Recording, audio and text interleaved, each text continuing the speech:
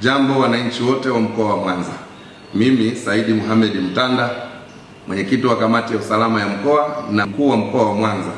Napenda kutumia fursa hii kwanza kuwatakia heri ya uhuru wa Tanganyika wananchi wote wa mkoa wa Mwanza. Aidha, nitumie fursa hii kuwashukuru sana wananchi wote wa mkoa wa Mwanza kwa kuendelea kuitikia wito wa serikali wa kuwataka kufanya kazi zao kwa amani na utulivu katika siku hii ya 9 Disemba, na wale ambao hawana majukumu mengi ambao hawana dharura kuendelea kusalia nyumbani na kuendelea kufuatilia shughuli mbalimbali kupitia televisheni na njia nyingine. Aidha, muda mfupi uliopita nimeona clip ikiwa inazunguka katika mitandao ya kijamii inayoonyesha kikundi cha wanajeshi wakiwasikiliza wananchi ambao wanatoa hoja mbalimbali.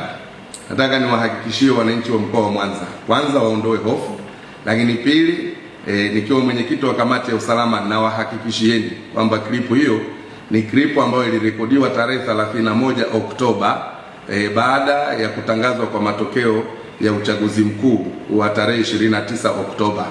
Ilikuwa ni siku 3 baada ya uchaguzi mkuu.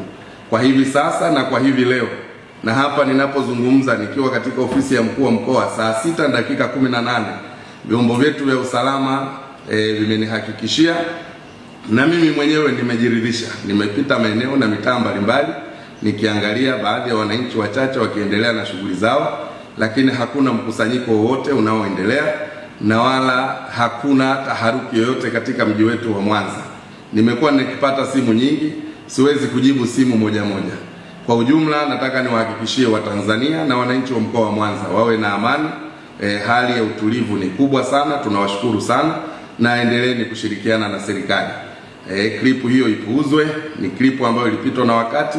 Nafikiri inatumika tu kama propaganda katika kipindi hiki ili kuleta taharuki kwa watu. Lakini hadi hivi sasa saa 6:19 ninapotoa taarifa hii nikiwa katika ofisi yangu ya mkuu wa mkoa wa Mwanza. Kwa hiyo Watanzania na wana Mwanza, kuweni na amani, endeleeni. Nimetoka pale soko la samaki, nimenunua samaki, naendelea na shughuli zangu, na sasa naendelea katika maeneo mengine kuangalia hali ya usalama na kuangalia shughuli mbalimbali za wananchi zinavyoendelea. Asanteni sana.